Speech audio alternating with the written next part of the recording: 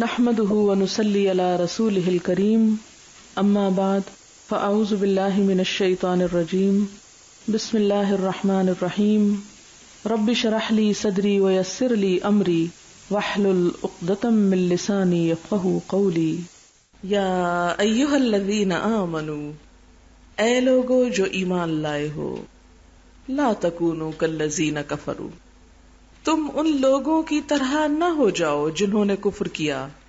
انہوں نے کیا کیا تھا؟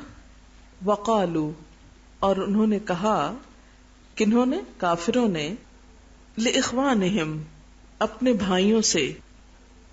کون سے بھائی؟ مسلمان بھائی۔ کب؟ اذا ضربوا فی الارض، جب وہ زمین میں چلے پھرے، یعنی سفر پر گئے، دنیا کے کسی کام کاج میں۔ او کانوا غزن، یا وہ لڑائی کرنے کے لیے گئے۔ غزن غازی کی جمع ہے، غزا یغزو سے، غزون دشمن سے لڑنا۔ غزوہ خاص طور پر وہ جنگ جس میں نبی صلی اللہ علیہ وسلم خود شریک ہوئے، غزوات اس کی جمع آتی ہے۔ تو غزن کیا ہے؟ غازی کی جمع، کہ جو جنگ کے لیے نکلے۔ ان سے کیا کہا؟ لو کانوا عندنا، اگر وہ ہمارے پاس ہوتے، ما ماتوا، وہ نہ مرتے، وما قتلوا، اور نہ قتل کیے جاتے۔ یہ سفر پہ نہ جاتے، جنگ پہ نہ جاتے تو آج نہ مرتے۔ بھلا سوچے کہ کوئی شخص جو سفر پہ نہ گیا ہو یا جنگ پہ نہ گیا ہو، وہ کبھی نہیں مرتا۔ کبھی کوئی اپنے گھر میں نہیں مرا؟ کیا موت صرف باہر جانے سے آتی ہے؟ یا کیا موت صرف جنگ میں جانے سے آتی ہے؟ یا کسی خاص جگہ پر جا کر ہی آتی ہے؟ نہیں، وہ تو کہیں بھی آ سکتی ہے۔ اس لیے یہ بولنا کسی مسلمان کا بولنا نہیں ہو سکتا، یہ کہنا کسی مسلمان کا قول نہیں ہو سکتا۔ ایسی باتیں مسلمان نہیں کیا کرتے۔ یہ کون کہتا ہے؟ الذین کفروا، اور مراد یہاں کون لوگ ہیں؟ وہ منافق جو بظاہر مسلمان بنے ہوئے تھے، ایمان کا دعویٰ کرتے، مسلمانوں کے درمیان رہتے، لیکن ان کے عمل مسلمانوں والے نہ تھے، ان کی باتیں کافروں جیسی تھیں۔ ولا تکونوا کالذین کفروا، اے اہل ایمان تم نے ان جیسا نہیں بننا۔ کس کو کہا جا رہا ہے؟ کس کو خطاب ہے؟ کس کو بتایا جا رہا ہے؟ ہم کو، کسی اور کا نہ سوچا کرے۔ جب یہ کہا جائے یا ایھا الذین آمنوا، تو فوراً الرٹ ہو جائے کہ اللہ تعالیٰ مجھے کوئی بات بتانا چاہ رہے ہیں، میرے لیے کوئی حکم آ رہا ہے۔ کہ کیا ہم ایمان والوں میں شامل نہیں؟ ہم شامل ہیں۔ یا ایھا الذین آمنوا، فوراً لبیک کہا کرے، جی اللہ تعالیٰ کیا کرنا چاہیے ہم کو، کیا نہیں کرنا۔ اللہ تعالیٰ جو 70 ماؤں سے بڑھ کے پیار کرنے والا ہے، اپنے بندوں کو بہترین تربیت دینا چاہتا ہے، ان کے ہر چیز کی اصلاح چاہتا ہے، نہ صرف یہ کہ ان کے اندر کی، بلکہ ان کی گفتگو کی، ان کی باتوں کی، ان کی سوچ کی۔ یہاں سوچ اور بول دونوں کی اصلاح ہے۔ مت یہ سوچو، مت یہ بولو، کیا کہ لو کانوا عندنا ما ماتوا وما قتلوا، اگر مرنے والے ہمارے پاس رہتے تو نہ مرتے یا قتل نہ ہوتے۔ ان باتوں کے کرنے سے کچھ فائدہ نہیں ہوتا، اس لیے کہ گھر پر رہ کر کوئی شخص موت کا دفاع نہیں کر سکا، موت کو ٹال نہیں سکا، بلکہ اگر آپ کمپیئر کریں تو آپ کو خود ہی معلوم ہو جائے گا، اور آپ جانتے ہیں کہ موت زیادہ تر کہاں آتی ہے؟ گھر پر ہی آتی۔ اکثر موتیں گھر پر ہی ہوتی ہیں۔ عام جو مرنے کا ایک دستور ہے وہ کیا ہوتا ہے کہ میجورٹی لوگوں کی گھر پر اپنے بستر پر ہی مرتی۔ کچھ لوگ اب ہاسپٹل چلے جاتے ہیں تو وہاں ایسا واقعہ پیش آ جاتا ہے۔ اب اگر کوئی کہے کہ اگر فلاں ہاسپٹل نہ جاتا تو نہ مرتا، ہاسپٹل تو ہے ہی مرنے کی جگہ، تو یہ ایک انتہائی غلط بات ہوگی۔ تو ایسے ہی یہ کہنا کہ اگر فلاں سفر پہ نہ جاتا، آج گھر سے نہ نکلتا، گاڑی نہ چلاتا، اس ٹرین پہ نہ بیٹھتا، فلاں ایئر لائن نہ لیتا تو نہ مرتا، نہیں، اس کو ایسے ہی مرنا تھا. کوئی تدبیر موت کو نہیں ٹال سکی. موت کو آنا ہے جہاں آنا ہے. ایسی باتیں کرنے سے کیا ہوتا ہے؟ صرف حسرتوں کا دروازہ کھل جاتا ہے. اسی لیے فرمایا لِيَجْعَلَ اللَّهُ ذَلِكَ حَسْرَةً فِي قُلُوبِهِمْ. اللہ اس قسم کی باتوں کو ان کے دلوں میں حسرت کا سبب بنا دیتا ہے، کیونکہ یہ محض خیال ہے، اس کا حقیقت سے کوئی تعلق نہیں. بات جو ہونی ہوتی ہے ہو جاتی ہے، اور یہ ہاتھ ملتے رہ جاتے ہیں، کاش یوں نہ ہوتا، کاش وہ نہ ہوتا، کاش یہ نہ کرتے، کاش وہ نہ کرتے. نہیں. تو یہاں پر دراصل فساد عقیدہ سے روکا جا رہا، عقیدے کے فساد سے. کیونکہ قرآن میں آتا ہے اینما تکونوا یدرککم الموت، کہیں بھی تم ہوگے موت تمہارے پاس خود آ جائے گی. ولو کنتم فی بروج مشیدہ، خواہ تم مضبوط قلعوں میں ہی کیوں نہ بند ہو، وہاں بھی موت آ جائے گی.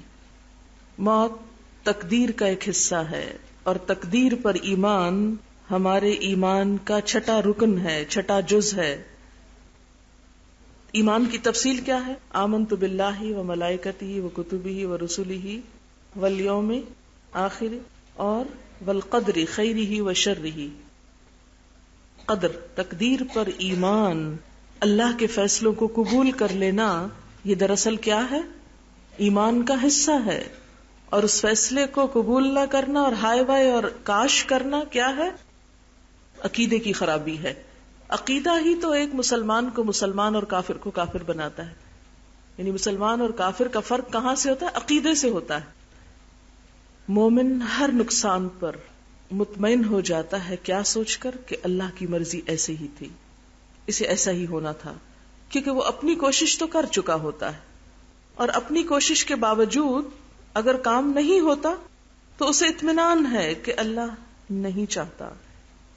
اور آپ کو بتایا تھا نا کہ ڈینیسن نے کیا کہا ہے کہ مسلمانوں کے اس عقیدہ تقدیر نے اور عقیدہ شہادت نے ان کی جو جنگیں ہیں ان میں بڑی قوت اور استقامت پیدا کر دی. کہ ان کو پتا ہے کہ ہم جنگ کے لیے نکل رہے ہیں، اگر موت لکھی ہے تو آ جائے گی، اور اگر مر بھی گئے تو شہید ہو جائیں گے، اور اگر نہیں لکھی تو ایسے ہی واپس آ جائیں گے. اس لیے وہ کسی چیز سے ڈرتے نہیں، گھبراتے نہیں، پریشان نہیں ہوتے. اس کے برعکس آپ دیکھیں ہمارے معاشرے میں کس قدر توہمات پھیلے ہوئے ہیں. گھر سے نکل رہے، کالی بلی رستہ کاٹ گئی ہے تو کیا ہے؟ واپس آ جاؤ. 13 کا نمبر جو ہے وہ منحوس ہے، اور منگل کا دن جو ہے اس میں کام نہ ہو، شام کے وقت جھاڑو نہ ہو، کوا بول جائے تو یہ ہو جائے گا، جوتا الٹا پڑا ہے تو وہ ہو جائے گا. یہ سب خرافات ہیں، سب سپرسٹیشنز. ان کی کوئی حقیقت نہیں. ان چیزوں سے قطعاً خوف نہیں کھانا چاہیے. نعوذ باللہ نہ کسی جوتے کے ہاتھ میں کچھ ہے، اور نہ ہی منگل کے دن میں کچھ ہے، اور نہ ہی نمبر 13 میں کچھ ہے. ایک مسلمان ان ساری چیزوں سے اوپر ہوتا ہے، اور اسی لیے وہ اپنے ڈیسیژنز جرأت کے ساتھ لیتا ہے. ورنہ ان توہمات میں پڑھ کر اور کاش کا دروازہ کھول کر انسان بے عملی کا راستہ اختیار کرتا ہے. دیکھنے میں یہ ایک بات ہے، لیکن یہ بات ایک عقیدے پر مبنی ہے. اور وہ عقیدہ کیا ہے؟ کہ گویا موت اور زندگی انسان کے اپنے اختیار میں ہے. جبکہ ایک مسلمان کا ایمان کیا ہوتا ہے؟ کہ موت اور زندگی بندے کے نہیں، اللہ کے اختیار میں ہے، اور موت جہاں بھی لکھی ہے آ کر رہے گی. اس لیے کبھی بھی اس قسم کے کلمات یا الفاظ زبان سے نہیں نکالنے چاہیے. اور یہ الفاظ کفریہ الفاظ ہیں. ایک مومن کی زبان ایسے الفاظ نہیں بولا کرتی کہ کاش وہ آج گاڑی لے کے نہ نکلتا تو اس کا ایکسیڈنٹ نہ ہوتا اور وہ نہ مارا جاتا. عموماً ہم اپنے ہاں بھی عام حالات میں بھی اسی قسم کے طرز عمل اور اسی قسم کی گفتگو کا مظاہرہ کرتے ہیں. کسی کی سڈن ڈیتھ ہو جائے، کسی کو کوئی نقصان پہنچ جائے، کوئی ایکسیڈنٹ ہو جائے تو ہم کہتے ہیں کاش وہ نہ جاتا. یہ کاش کہنا انسان کے اندر حسرت پیدا کرتا ہے، لیکن تقدیر کو نہیں ٹال سکتا. اور ویسے بھی جو کچھ ہو چکا، جو ماضی ہے، وہ آپ سے دور چلا گیا، اس لیے اس پر غم منانا، حسرتیں کرنا آپ کے لیے نقصان دہ ہوگا۔ ایسے موقع پر پھر کیا کرنا چاہیے؟ کسی بھی ایسے حادثے کو، تکلیف کو، پریشانی کو اللہ کا فیصلہ سمجھ کر، تقدیر کا حصہ سمجھ کر قبول کر لینا چاہیے، اس میں اپنے آپ کو ایڈجسٹ کرنے کی کوشش کرنی چاہیے۔ لیکن یہ بات کون سمجھتا ہے؟ ایک مسلمان ہی سمجھتا ہے، کیونکہ اللہ تعالیٰ قرآن پاک میں فرماتے ہیں اینما تکونوا یدرککم الموت ولو کنتم فی بروج مشیدہ، جہاں کہیں بھی تم ہوگے موت تمہیں آ پائے گی، لے لے گی، پکڑ لے گی، خواہ تم مضبوط قلعوں میں ہی کیوں نہ بند ہو، موت ہر جگہ پہنچ جاتی۔ اگر کسی کی روڈ ایکسیڈنٹ میں موت لکھی ہے تو اسے وہیں پر آئے گی، اس لیے یہ کہنا کہ وہ اگر سفر نہ کرتا تو نہ مارا جاتا، یہ بالکل ایک بیہودہ بات ہے۔ یا یہ کہنا کہ وہ شخص میدان جنگ میں نہ جاتا تو نہ مارا جاتا، یہ بھی ایک غلط بات ہے۔ موت کی جگہ اور وقت مقرر ہے اور وہ اللہ کے حکم سے آتی ہے۔ وَمَا كَانَ لِنَفْسٍ أَن تَمُوتَ إِلَّا بِإِذْنِ اللَّهِ كِتَابًا مُؤَجَّلًا، پیچھے پڑھ چکے ہیں کہ کوئی شخص مر نہیں سکتا مگر اللہ کے اذن سے، کیونکہ موت کا وقت لکھا ہوا ہے۔ اور کسی کے مرنے پر ایسی باتیں کر کے حسرت میں اضافہ نہیں کرنا چاہیے۔ لیکن کافر یہ باتیں کرتے ہیں تو اللہ تعالیٰ فرماتے ہیں اللہ اس قسم کی باتوں کو ان کے دلوں میں حسرت و غم کا سبب بنا دیتا ہے۔ غم کا آنا فطری بات ہے، غم کا منائے چلے جانا اور غم پالنا کیا ہوتا ہے کہ غم آ گیا بس اب اسے نکال ہی نہیں رہے، اسے مزید ہوا دے رہے ہیں، اسے ہر روز نیا کرتے ہیں، یہ ناپسندیدہ بات ہے۔ اور خصوصاً ایسا غم جو انسان سے عمل کی صلاحیت چھین لے، وہ انسان کا دشمن ہے۔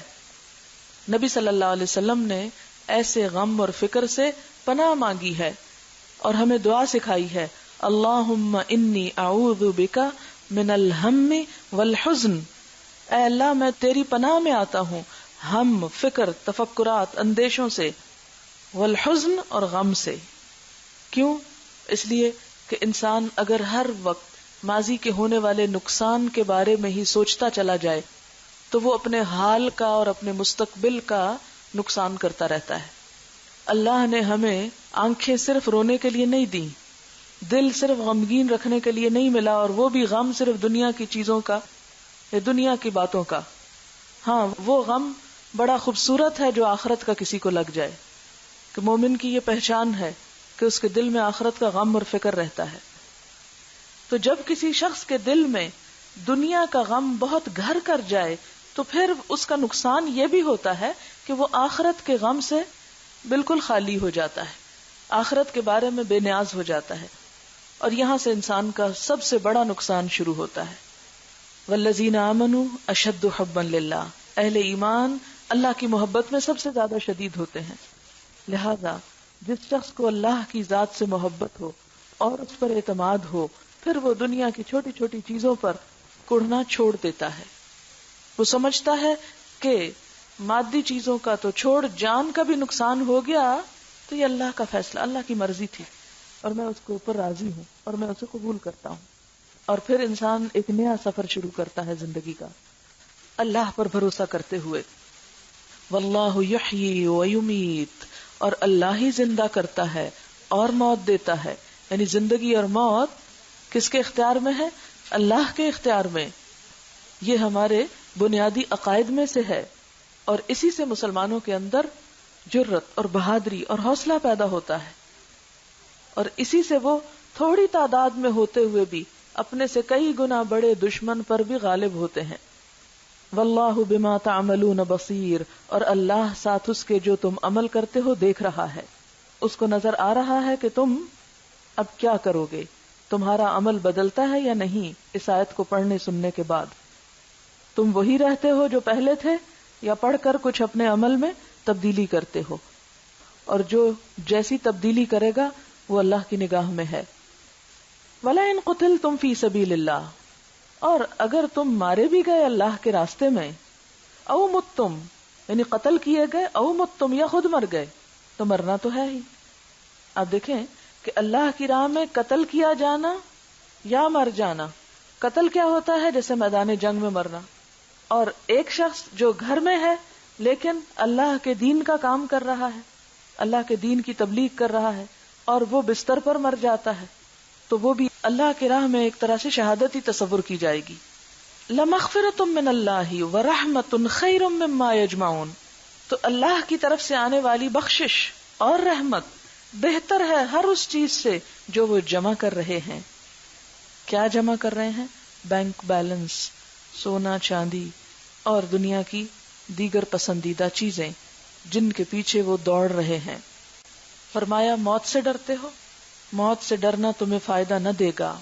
قرآن پاک میں ایک اور جگہ پر آتا ہے قل ان الموت الذی تفرون منہ فانہ ملاقیکم. کہہ دو کہ وہ موت جس سے تم بھاگ رہے ہو وہ تم سے آ ملے گی. ثم تردون الی عالم الغیب والشہادہ. پھر تم لوٹائے جاؤ گے جاننے والے غیب اور حاضر کے یعنی رب کی طرف. جب موت سے بھاگنا کوئی فائدہ نہیں دیتا, موت ہر صورت میں آنی ہے, تو پھر وہ موت کیوں نہ آئے جس موت کے صلے میں بخشش ہو جائے, مغفرت ہو جائے, اللہ کی رحمت ہو جائے. اس سے بڑھ کر اور کیا چاہیے؟ اس زندگی کو کیا کرنا کہ جس میں ہم زندگی صرف دنیا سمیٹنے کے لیے مانگیں یا دنیا جمع کرنے کے لیے ہمیں زیادہ زندگی چاہیے ہو. آپ دیکھیں کہ زندگی کی خواہش ہر ذی روح کے اندر ہے, صرف انسان نہیں باقی چیزیں بھی. جانور وغیرہ بھی موت سے بھاگتے ہیں. موت ایک ناپسندیدہ چیز ہے. ہر شخص زندگی سے محبت کرتا ہے, اور زندگی کے زیادہ ہونے کی دعا کہ اللہ تمہیں لمبی زندگی دے, یہ بھی پسندیدہ دعاؤں میں سے ہے. لیکن آپ سب اپنے اپنے دل سے پوچھا کریں کبھی کبھار, میں زندہ رہنا چاہتی ہوں؟ جی, جواب ہاں, میں بالکل ہر ایک زندہ رہنا چاہتا ہے. تو سب پوچھا کریں کیوں, کس لیے, کس کے لیے, کس چیز کے لیے زندگی مانگتی ہوں, تو کس لیے؟ اگر تو سامنے کوئی نیک مقصد ہے اللہ کے دین کے لیے تو بہت اچھی بات ہے. لیکن اگر جواب دنیا کی کوئی چیز ہے, دنیا کی کوئی چیز, کوئی مال و دولت, کوئی اولاد کی خوشیاں اور تجارت میں کامیابی, یا اپنی زندگی میں جو کچھ کیا اس کا نتیجہ دنیا میں دیکھنے کی تمنا کہ کوئی فلاں ایوارڈ مل جائے, فلاں چیز حاصل ہو جائے, تو ان سب چیزوں کو جس کی وجہ سے آپ زندہ رہنا چاہتے ہیں, فرمایا ان سے بہتر ہے کیا چیز؟ مغفرت اور رحمت. یہ کس کے حصے میں آتی ہے؟ ان لوگوں کے حصے میں جو اللہ کی خاطر مرتے ہیں.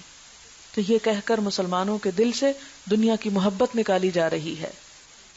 وَلَئِن مُتُّمْ, اور البتہ اگر تم مر جاؤ, او قتلتم, یا قتل کیے جاؤ, یعنی عام طور پر فی سبیل اللہ کے بغیر, لَإِلَى اللَّهِ تُحْشَرُونَ, اللہ کی طرف تم سمیٹے جاؤ گے.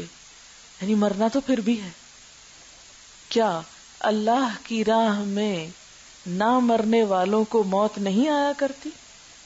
کیا جو شخص اللہ کی راہ میں نہیں مرتا وہ کبھی نہیں مرتا؟ وہ بھی مرتا ہے, بلکہ اللہ کی راہ میں مرنے والے نہیں مرا کرتے, کیونکہ اللہ تعالیٰ فرماتے ہیں وَلَا تَقُولُوا لِمَن يُقْتَلُ فِي سَبِيلِ اللَّهِ أَمْوَاتٌ, جو اللہ کی راہ میں مارے جائیں انہیں مردہ نہ کہو, بل احیاء, وہ زندہ ہیں. اب آپ دیکھیں کہ یہاں پر یہی حقیقت سمجھائی گئی کہ اگر تم مر جاؤ یا قتل کیے جاؤ تو اللہ کی طرف جاؤ گے. تو جب واپسی اللہ کی طرف ہے تو کیوں نہ اللہ کی راہ میں مرو, فی سبیل اللہ. یہاں ایک بات ختم ہوئی.